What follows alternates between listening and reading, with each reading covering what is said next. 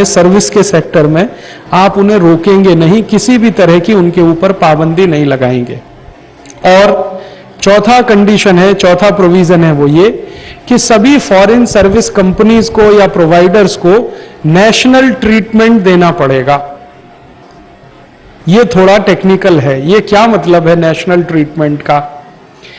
भारत देश की बैंकों को भारत की सरकार जितनी सुविधाएं देती है वो सारी सुविधाएं विदेशी बैंकों को देनी पड़ेंगी, ये है नेशनल ट्रीटमेंट। इसी तरह से भारत की बीमा कंपनियों को भारत की सरकार जितनी सुविधाएं देती है वो सब सुविधाएं विदेशी बीमा कंपनियों को देनी पड़ेंगी।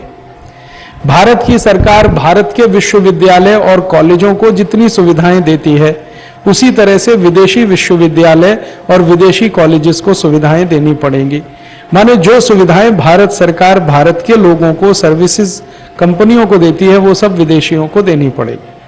अब प्रश्न उठता है कि भारत की सरकार क्या सुविधाएं देती है, मैं आपको बताता हूं। जैसे भारत में बैंकें हैं जो नेशनलाइज्ड हैं, स्टेट बैंक ऑफ इंडिया, पंजाब नेशनल बैंक, कनारा बैंक, यूनियन बैंक, बैंक ऑफ इंडिया, इन सबको भारत सरकार की ओर से सबसे बड़ी सुविधा ये मिली हुई है कि ये सारी बैंकें कहीं पर भी बिल्डिंग बनाएं, सरकार उनको बहुत कम कीमत पर भूमि उपलब्ध कराती है, बहुत कम कीमत पर।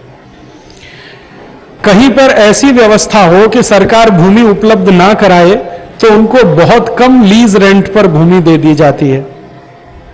आप सोच नहीं सकते, हिंदुस्तान में कई बैंकें इतनी बड़ी बड़ी बिल्डिंगों में चल रही हैं और उसका लीज रेंट साल का ₹1.25 है, ₹2.5 है, ₹20 है, ₹25 है। तो ये सर्विस प्रोवाइडर्स को सरकार की तरफ से सब मिलने वाली सबसे पहली सुविधा है। ठीक है, तो अब WTO की कंडीशन यह है कि जितनी सुविधाएं आप भारत की बैंकों को, भारत की बीमा कंपनियों को दे रहे हैं वो सब विदेशियों को भी दो। माने विदेशी बैंक आकर सरकार से सस्ती कीमत पर जमीन मांगे तो आप उनको उपलब्ध कराओ। विदेशी बीमा कंपनियां आके सरकार से सस्ती कीमत पर कोई चीज मांगे तो आप उपलब्ध कराओ। और अगर आपने नहीं कराई तो वो शिकायत करेंगे WTO की डिस्प्यूट सेटलमेंट काउंसिल में कि भारत सरकार WTO की कंडीशन को लागू नहीं कर रही। तो फिर वही चक्कर जो मैंने आपसे कहा, आपको पेनल्टी हो, पनिशमेंट हो और फिर वो सब शुरू हो जाए। तो एक तो ये सुविधा आपको देनी है। दूसरा क्या होता है, भारत में भारत का नागरिक कुछ भी कर सकता है अगर वो भारत का नागरिक है। तो वकील हो सकता है, पत्रकार हो सकता है, चार्टेड अकाउंटेंट हो सकता है, मैनेजर हो सकता है, बैंकर हो सकता है, लीज फर्म, कुछ भी कर सकता है भारत का नागरिक। तो कोई भी विदेशी नागरिक अगर भारत में आता है और कुछ भी करना चाहे तो उसकी छूट उसको होनी चाहिए। यह है, आप नेशनल ट्रीटमेंट उनको दीजिए। इसी तरह से हमारे देश की जो बैंकें होती हैं वो कोई काम करती हैं तो सरकार उनका एक रेट फिक्स करती है, CRR rate, cash reserve ratio. ठीक है, ये एक तरह की सुविधा है कि आपको आपकी बैंक में जमा राशि है, धन राशि है जो नागरिकों के द्वारा आपके यहां जमा की गई है, उसका एक निश्चित मात्रा रख के बाकी आप कर्जे पर देख सकते हैं। हर समय बैंक में इतना कैश रहना चाहिए, एक उसका लिमिट बना दिया उन्होंने।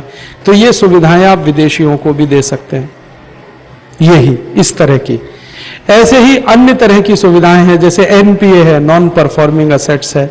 तो इसमें कई बार क्या होता है कि सरकारी बैंकें जो है ना, उसमें जो NPA आ जाता है तो भारत सरकार कई बार अपने खजाने का पैसा उसमें डालने को तैयार रहती है अगर कोई भारत की बैंक डूबने की स्थिति में। तो विदेशी भी अगर ऐसी सुविधाओं की मांग करें तो उनको आप दो। ऐसी कोई भी सुविधा जो भारत में मिलती है, अब जैसे भारत में विश्वविद्यालय होते हैं, सभी विश्वविद्यालयों को जमीन दी गई है कौड़ी के भाव में। आप पता लगा लो, दिल्ली विश्वविद्यालय जहां चलता है वो जमीन की मार्केट में कीमत जो है ना, जिस समय वो जमीन दी गई थी तब 1 करोड़ रुपए एकड़ थी। लेकिन सरकार ने दिल्ली विश्वविद्यालय बनाने के लिए वो जमीन मुश्किल से 1000 रुपए एकड़ में दे दिया। अब विदेशी कंपनी आके कहती है कि अगर दिल्ली विश्वविद्यालय को इतनी सस्ती जमीन मिली है तो हमें भी मिलनी चाहिए, तो आप उसे ना नहीं कह सकते। ऐसे ही हमारे देश में एयरपोर्ट्स जो है ना, ये सब सर्विसेज में आते हैं। जितने भी भारत देश में एयरपोर्ट हैं, सबके पास हजारों एकड़ जमीन है। दिल्ली एयरपोर्ट को कभी आप जाओ, इंदिरा गांधी अंतर्राष्ट्रीय हवाई अड्डा, उसके पास 6000 एकड़ जमीन है। अब कोई विदेशी कंपनी आके भारत में एयरपोर्ट बनाए और वो कहे हमको भी 6000 एकड़ जमीन चाहिए, तो भारत सरकार को वो उपलब्ध करानी पड़ेगी। ऐसे ही हमारे देश में बहुत सारी संस्थाएं हैं, सामाजिक संस्थाएं, वो सब सर्विसेज में आती हैं। जैसे गीता प्रेस गोरखपुर नाम की एक संस्था है, आप जानते हैं गीता प्रेस के बारे में, जो रामायण, रामचरितमानस, भगवत गीता छापती है। तो भारत सरकार की तरफ से उनको हाईली सब्सिडाइज रेट में कागज मिलता है, हाईली सब्सिडाइज रेट। तो कागज उनको बहुत सस्ता मिलता है, तो वो क्या करते हैं, वो भी बहुत ईमानदार लोग हैं। तो इतनी मोटी मोटी रामचरितमानस 450 500 पन्ने की 25 रुपए में दे देते हैं, 20 रुपए में दे देते हैं, उनको सस्ता कागज हो। अब कोई विदेशी संस्था आके कहे कि जी हमको बाइबल छापनी है, तो आप भी हमको सब्सिडाइज रेट में कागज दिलवाओ, तो सरकार उसको मना नहीं कर सकती, देना पड़ेगा। अगर आप गीता छपने के लिए सब्सिडाइज कागज दे सकते हैं, तो बाइबल छपने के लिए भी दो। कोई विदेशी कंपनी आके यहां पर कोई इस तरह की सर्विसेज शुरू करे, जैसे भारत में तमाम गौशालाएं चलती हैं, और गौशालाओं में कई जगह जमीनें सरकारों द्वारा दी गई हैं, बहुत कम रेट पर, नॉमिनल रेट पर, कहीं कहीं तो टोकन मनी पर जमीनें दी गई।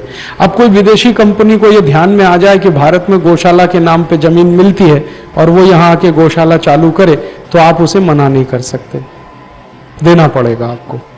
तो सर्विसेज का जो एग्रीमेंट है, एग्रीमेंट ऑन सर्विसेज, वो इस तरह का है। इसी तरह से टेलीकम्युनिकेशन है।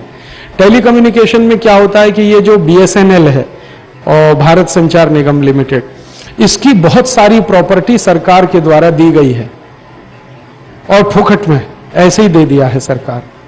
अब कोई विदेशी कंपनी